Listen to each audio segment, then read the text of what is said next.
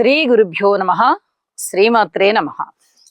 మా భక్తి టీవీని ప్రోత్సహిస్తూ ఉన్నటువంటి మా ప్రేక్షకులందరికీ ధన్యవాదాలు తెలియజేస్తూ 26 అక్టోబర్ నుంచి 1 నవంబర్ వరకు గల కాలానికి రాశి ఫలితాలు తెలియచెప్పుకుందాము. ముందుగా గ్రహస్థితులు. కర్కాటక రాశిలో ఉచ్చులో ఉన్న గురుగారు ఉన్నారు. సింహరాశిలో కేతు ఉన్నారు. శుక్రుడు నీచలో ఉన్నారు. రవి గారు నీచలో ఉంటూ కుజునితో కలిసి ఉన్నారు. చంద్రుని యొక్క స్థితి నీచలో ఉంటూ బుధునితో కలిసి ఉన్నారు. రాహు గారి యొక్క స్థితి కుంభరాశిలో ఉన్నది. అలాగే వక్రించిన శని గారి యొక్క స్థితి మీన రాశిలో ఉంటూ ఉన్నది.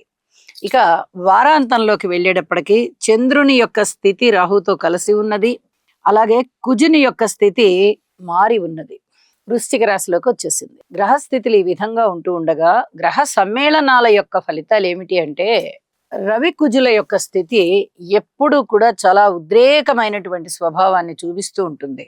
అయితే ఇక్కడ రవి గారు నీచలో ఉన్నారు కదా అంటే, నీచలో ఉన్నప్పటికీ కూడా తులలో ఉన్నటువంటి రవి గారికి చాలా పవర్ ఎక్కువగా ఉంటుంది. కాబట్టి ఈ రవి కుజుల పరిస్థితి ఉద్రేకానికే దారితీస్తూ ఉంటుంది.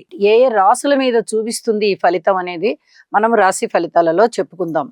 అలాగే చంద్ర బుధుల యొక్క పరిస్థితి వ్యాపారాలు అంత సక్రమంగా జరగనివ్వకుండా, అలాగే తండ్రి కొడుకుల మధ్య వివాదాలు కలిగేటట్టుగా ఇట్లాంటి పరిస్థితి కొంచెం కొనసాగేటట్టుగా కనిపిస్తూ ఉంటుంది.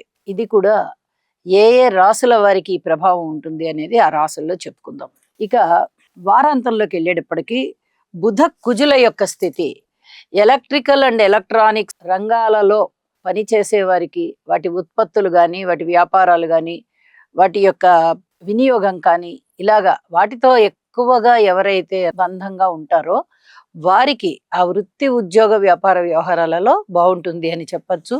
అలాగే చంద్ర రాహువుల యొక్క కలయిక మానసికమైనటువంటి అస్థిమితానికి దారితీస్తూ ఉంటుంది. ఇక దృష్టుల విషయానికి వచ్చినట్టయితే గురువు గారి యొక్క దృష్టి చంద్ర బుధుల మీద పడుతోంది. వైజ్ఞానిక పరమైనటువంటి అంటే విజ్ఞానం ఎక్కువగా పెంపొందింపబడేటటువంటి కాలంగా తెలియచెప్పచ్చు ఈ బుధుని మీద గురువు గారి యొక్క దృష్టి. అలాగే ఉచ్చ గురువుకి చాలా అద్భుతమైనటువంటి లక్షణాలు ఉంటాయి. అవన్నీ కూడా ఇప్పుడు చాలా చక్కగా అమలు పరచబడుతూ ఉంటాయి. ఏ ఏ రాశుల వారికి చాలా బాగుంటారు గురువు గారు అనేది ఆ రాశుల్లో తెలియచెప్పుకుందాం. ఇక్కడ పంచమ దృష్టి వచ్చేసింది కదా. ఇక సప్తమ దృష్టి మీద ఎవరు లేరు. గురువు గారి యొక్క నవమ దృష్టి శని గారి మీద పడుతూ ఉండడంతో మీనరాశి వారికి ముఖ్యంగా ఇది చాలా బాగా పనిచేస్తుంది అన్నమాట. ఎందువల్ల అంటే మీనరాశి వారికి ఇటు పంచమంలోనూ గురువు గారు ఉండడము, నవమ దృష్టి పడుతూ శని గారి యొక్క ఆ దుష్టత్వం అనేది తగ్గిపోయే విధంగా ఆ దృష్టి ఉండడం కారణం చేత చాలా చాలా బాగుంటుంది. ఇక శని గారి యొక్క దృష్టి శుక్రాచార్యుల వారి మీద పడుతోంది. ఇది నీచ స్థానం శుక్రాచార్యుల వారికి. కాబట్టి ఇక్కడ అనుబంధాలు, ఆత్మీయతలు దెబ్బతినేటటువంటి అవకాశం కనిపిస్తోంది అని చెప్పి తెలియచెప్పచ్చు. ఇక వీటికి ఏ పరిహారాలు చేసుకుంటే బాగుంటుంది అనేది మనము ప్రతి రాశికి విశ్లేషణ చెప్పుకుంటూ పరిహారాలు కూడా తెలియచెప్పుకుందాము. సింహరాశి వారికి వారం రోజుల కాలము 5 గ్రహాల యొక్క ఉనికి చాలా బాగుంది. వ్యయ స్థానంలో గురుగారు బాగున్నారు. ద్వితీయ స్థానంలో శుక్రాచార్యుల వారు బాగున్నారు. తృతీయ స్థానంలో రవి కుజులు బాగున్నారు. ఇక చతుర్థ స్థానంలో బుధుడు బాగున్నారు. అయితే ఖర్చులు ఎక్కువగా ఉంటాయా అంటే ఖర్చులు ఎక్కువగానే ఉంటాయి. అవి మీకు పుణ్యాన్ని తెచ్చిపెట్టే విధంగా ఉంటాయి. శుభకార్యాల మీద ఖర్చు పెట్టడము, పరోపకార నిమిత్తమై ఖర్చు పెట్టడము, ఏదైనా దాన ధర్మాల విషయంలో, విరాళాల విషయంలో ఖర్చు పెట్టడము, దూర ప్రాంతాలకి వెళ్ళి ఏ తీర్థయాత్రలో, పుణ్యక్షేత్ర సందర్శనలో చేయడానికి వెళ్ళి తద్వారా ధనాన్ని ఖర్చు పెట్టడము, ఇలాంటివి ఎక్కువగా ఉండేటటువంటి అవకాశం ఉంది. కుటుంబంలో కూడా ధన ఆదాయం పెరిగేటటువంటి పరిస్థితి కనిపిస్తోంది. కుటుంబ సభ్యులకి మంచి ఏదైనా ఉద్యోగ జీవితంలో మంచి గుర్తింపు రావడం అలాంటివి ఉండవచ్చు. అయితే ఇక్కడ ఇంకొక విషయాన్ని కూడా తెలియచెప్పాలి. పరస్పర అవగాహన కలిగినటువంటి సంబంధీకులు కూడా మీరంటే కొంత వ్యతిరేకత చూపించేటటువంటి అవకాశం ఉంది. ఈ విషయంలో చాలా జాగ్రత్తగా ఉండండి. ఇది చాలా చెప్పదగిన సూచన. నవగ్రహ స్తోత్ర పారాయణాలు ఎట్టి పరిస్థితుల్లోనూ చేసుకోవాలి. సప్తమ స్థానంలో ఉన్నటువంటి రాహు గాని, రాశిలో ఉన్న కేతువు గాని, అష్టమంలో ఉన్నటువంటి శని గారు గాని, వీళ్ళందరూ కూడా మిమ్మల్ని ఇబ్బంది పెట్టేటటువంటి పరిస్థితులు ఇచ్చే ఫలితాలే ఇవన్నీ. అయితే బాగున్న గ్రహాలు మంచి ఫలితాలు ఇస్తున్నాయి కాబట్టి ఇక్కడ మీరు స్తోత్ర పారాయణాలు చేసుకోవడం ద్వారా బాలేని గ్రహాల యొక్క ఫలితాలని మీరు మంచిగా వచ్చేటట్టుగా చేసుకోగలుగుతారు. ఇందుకు గాను దైవ సహాయం తప్పనిసరిగా అవసరం. దైవానికి సంబంధించి మీకు ఇష్టదేవతకి సంబంధించిన స్తోత్ర పరిహారాలు తప్పనిసరిగా చేసుకోండి అని చెప్పి మరీ తెలియచెప్తూ ఉన్నాను. అన్నదమ్ముల సహాయ సహకారం బాగుంటుంది. అలాగే బంధుమిత్రుల ఆత్మీయత ఆదరణలు బాగుంటాయి. మనము ప్రవర్తించుకునే విధానాన్ని బట్టి వాళ్లతో సంబంధ బాంధవ్యాలు తెగిపోకుండా చూసుకోవాలి. ఇది చాలా చాలా చెప్పదగినటువంటి సూచన.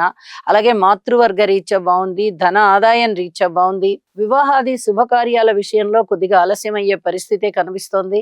ఏదైనా ఉద్దాన పతనాలకి లోను కాకుండా చూసుకోండి. మీ అంతటా మీరుగా కొన్ని నిర్ణయాలు తీసుకుని వాటిట్లలో ఇక ఇదే నిర్ణయం ఖరారు అనుకుని వాటిని అమలు చేసి ఇబ్బంది పడి మళ్ళీ తిరిగి వెనకకొచ్చి ఇలా కాకుండా కొంచెం పెద్దలని సంప్రదించండి. అలాగే ఉద్యోగ జీవితంలో ఓర్పు కలిగి ఉండండి. విద్యార్థుల విషయంలో చక్కటి అనుకూలత కనిపిస్తోంది. స్త్రీల విషయంలో కూడా మీరు ఆదిత్య హృదయ పారాయణ చేసుకోవడం ద్వారా చాలా బాగుంటుంది. ఆరోగ్యం కూడా అనారోగ్యం ఉన్న వారికి చక్కగా స్వస్థత చేకూరి ఆరోగ్యంగా ఉంటారు మీరు. ఇవన్నీ కూడా చెప్పదగినటువంటి సూచనలుగా తెలియజేస్తూ ఉన్నాను. కార్మికులు, కర్షకులు, నేత పని వారు, చేతి వృత్తుల వారు ఇత్యాది వారందరూ కూడా మంచి జరుగుతుంది అనేటటువంటి ఆశతో ఉండండి. ఖచ్చితంగా మంచి జరుగుతుంది. ఇది చెప్పదగినటువంటి సూచన. అలాగే వారాంతంలోకి వచ్చేటప్పటికి సింహరాశి వారికి ఇంకా వేరే ఏమన్నా అనుకూలతలు ఉన్నాయా అంటే చంద్రుని యొక్క స్థితి సప్తమంలోకి వచ్చి చాలా చాలా బాగున్నది. పబ్లిక్ రిలేషన్స్ మెరుగుపడతాయి. అలాగే బంధుమిత్రుల యొక్క ఆదరణ పెరుగుతుంది. అనేక విధాలుగా శుభకార్యాలలో పాల్గొంటారు. మీరు ప్రధాన పాత్ర పోషిస్తారు, సహాయం చేస్తారు ఎదుటి వారికి. ఎన్నో విధాలుగా మానసికమైన సంతృప్తిని కలగజేస్తారు మీ చుట్టుపక్కల ఉన్న వారికి. ఇది చెప్పదగినటువంటి సూచనగా తెలియజేస్తున్నాను. అయితే ఈ నవగ్రహ స్తోత్ర పారాయణలు మటుకు విడవకుండా చెయ్యండి. మరింతగా మీలో ఉత్సాహం పెరుగుతుంది, అసంతృప్తి తగ్గిపోతుంది, అశాంతి తగ్గిపోతుంది, ఉత్సాహం పెరుగుతుంది. శుభం.